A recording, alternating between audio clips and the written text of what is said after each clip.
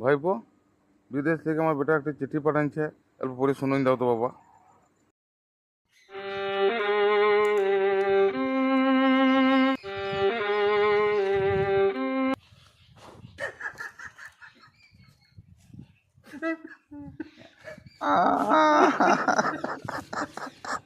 কি হইল গো?